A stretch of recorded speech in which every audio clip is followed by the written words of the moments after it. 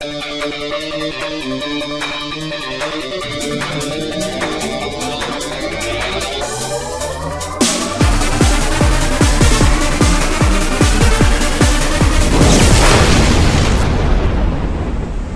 I'm Simon Adebisi and welcome to highlights of the 2012 Formula SimRacing World Championship. The Autodromo Nazionale Monza is the next circuit on the calendar. One of the oldest tracks in the world, the Italian Grand Prix is well known for its long straights. With the highest average speed of any other circuit on the calendar, this track is brutal on both the car's engines and brakes, and as low downforce is essential for a high top speed, the drivers will almost certainly struggle with understeer through some of Monza's difficult corners. Qualifying produced several surprises, starting with Jeffrey Rietveld, who achieved his first pole position, just beating out Gergo Baldi for the top spot. Jurni Simoncic set the third fastest time for Ash Racing, and Ivar Kalamies achieved fourth position in his maiden WC Grand Prix. Championship contenders Morgan Morand and Bono Huis could only manage 5th and 6th respectively, and making what will probably be a one-off appearance, Mikko Puumalainen would start from 7th place. Twister Racing's Peter Burlack qualified in 8th position ahead of Philip Puška in 9th, and Jon-Erik Saxon rounded out the top 10.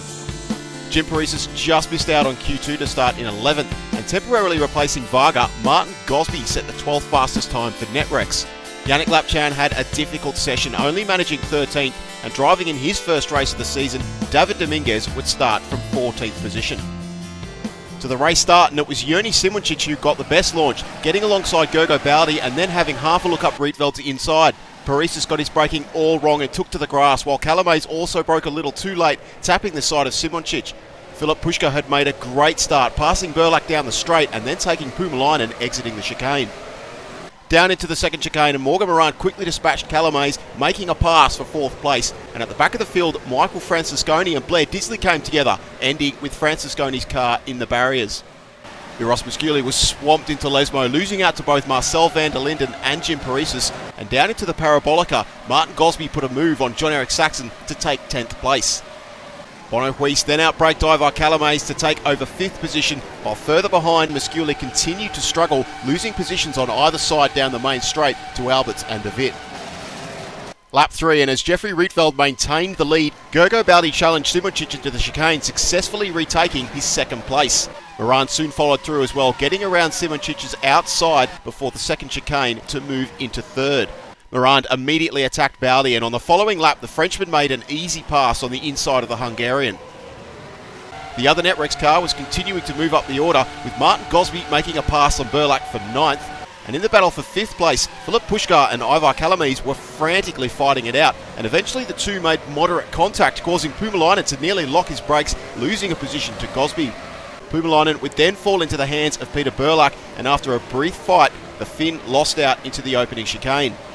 Jim Parisas then retired, having suffered too much damage on the opening lap, and in 14th, Marcel van der Linden lost control out of the Ascari, hitting the wall hard and dropping down behind David Dominguez and Patrick de Wit, with de Wit soon passing Dominguez on the following lap to take 13th. In the race lead, Jeffrey Rietveld had established a solid 2.5 second gap over Morand. Bono Huis eventually managed to get around Simoncic with a pass into the opening chicane, and 2 laps later, Huis caught up to Baldi, with the Netrex driver desperately trying to maintain his position. However, he could not hold off the defending champion, with Huis making a pass into the Ascari. Jon-Erik Saxon seemed to be struggling for pace, losing 2 positions in 1 lap to both Lapchan and then De Wit. Patrick de Wit was continuing an impressive charge, passing Lapchan down the main straight to move up into 11th. In the battle for 5th, Puška and Kalamies were still fighting hard with some very close racing. Eventually, Kalamies pitted, being the first driver to make a scheduled stop on what was clearly a 3-stop strategy. The race leaders began to pit on the following lap, with both Rietveld and Morand emerging in the midst of traffic. Rietveld crucially cleared Saxon after just 2 corners, while Morand was somewhat held up by those who were only 2 stopping. Meanwhile, a bad misunderstanding at Ash Racing had both of their cars enter pits on the same lap, with Puška being forced to wait, losing several seconds in the process. After all the drivers had completed their first stops, Rietveld had maintained his 2.5 second lead, though in the second stint, Morand was slowly but surely closing in on the Dutchman. Huis was in 3rd, but he seemed unable to close in on the leading pair. Gergo Baldi remained in 4th ahead of Jurni Simoncic in 5th, and in the battle for 6th place, Martin Gosby had managed to leapfrog Ivar Kalamies. However, the GT Amiga driver soon retook the position, only to lose it again after Calamaines outbroke himself into the chicane. Peter Burlack was in 8th place, though he had the 2-stopping Mikko Puumalainen close behind him, seemingly on a better strategy. However, a small mistake out of the second Lesmo was jumped on by Philip Puška, passing the Finn for 9th place. By lap 26, Morgan Moran had now caught right up to Jeffrey Rietveld's rear wing, with Rietveld taking the defensive line through the parabolica. The two then entered pit lane together with less than a car's length between them. Both drivers had identical stops, and as they emerged, Moran came dangerously close to touching the pit exit line. With Rietveld very much on the back foot, Moran enjoyed a healthy slipstream down into the second chicane, forcing Rietveld to take the defensive line. Rietveld locked up into the chicane and Moran quickly switched to the right side of the track. With the two side by side, Moran completed the move with a very aggressive pass through the first Lesmo, taking over the race lead. After the 3 stoppers had completed their second stops, Puumalainen was looking strong, now up into 4th place.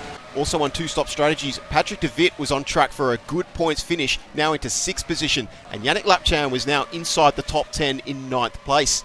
However, with Martin Gosby just behind in a lighter car, the pair ended up fighting it out, with Gosby temporarily getting in front before losing the position again down the main straight.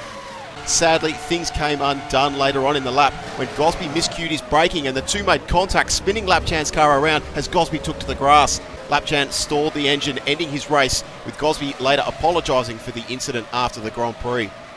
As Moran began to drive away with the lead, 3rd place Bono Huis was slowly catching up to Rietveld. Rietveld pitted first with a decent 2-second lead over Huis. However, with Huis driving a much better in-lap and making a faster stop, the gap had disappeared completely by the time Huis exited pit lane. With Rietveld very much on the defensive, the defending champion showed his class, moving to Rietveld's inside in the run down to the second chicane and making the pass look easy for 2nd place. Gogo Baldi was now in a lonely 4th position ahead of Mikko Puumalainen in 5th, whose 2-stop strategy had worked nicely. Joni Simoncic was in 6th, with Patrick de Wit now up into 7th.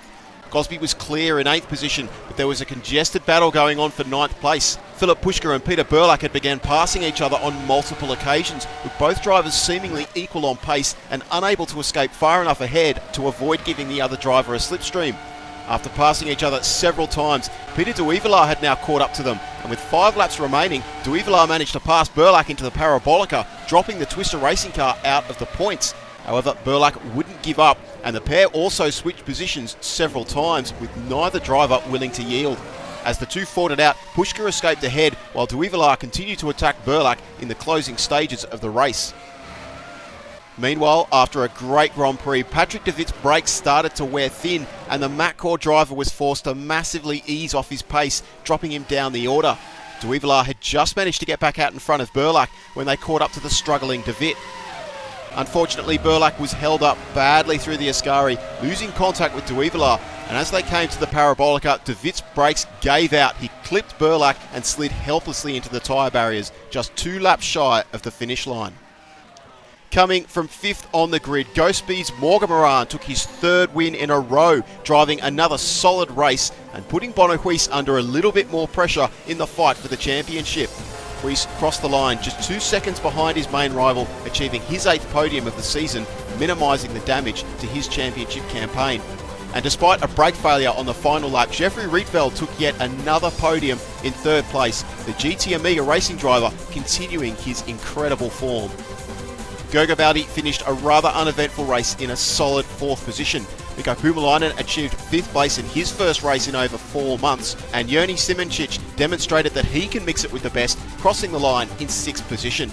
Martin Gosby did a great job as NetRex's reserve driver to take 7th place. Philip Puška was able to take 8th position despite his problems during the first pit stop. Peter de Wit had to start from the back row of the grid but kept his nose clean, steering clear of all incidents to finish in 9th, and Peter Burlack finished a highly eventful race, picking up the final point. Taking a look at the Drivers' Championship standings, Bono Huis is now just 22 points clear of Morgan Moran, less than the value of a race win. Rasmus Tali was absent today, but nonetheless holds on to 3rd. Jeffrey Rietveld has rocketed up the points table and is now incredibly up into 4th position, while Gogo Baldi's solid result has pushed him clear into 5th place. Fredrik Nilsson's continued absence has dropped the Swede into 6th, and none of the other drivers in the top 10 picked up any points today. Precision Motorsports continue to move further into the lead and are now fairly close to securing the Constructors' Championship. GT Amiga Racing's continued solid form has led them to take over second place in the standings, and Moran's third win on the trot has advanced Go Speed up into equal third position, with ATR failing to score any points today. Twister Racing remain in fifth, and once again Netrex has swapped positions with Matcore, Netrex now with the upper hand in sixth position, and Ash Racing's strong performance today has advanced them up into eighth place. The next race will be the German Grand Prix, and you can watch that race live as it happens at SimRace TV on the 16th of September at 4 PM GMT. And don't forget to check out Formula Sim Racing on both Facebook and on Twitter, as well as the Formula Sim Racing Fantasy League by following the links on screen. We hope you've enjoyed this presentation. I'm Simon Adebisi, and we'll see you next time for round 11 of the 2012 Formula Sim Racing World Championship.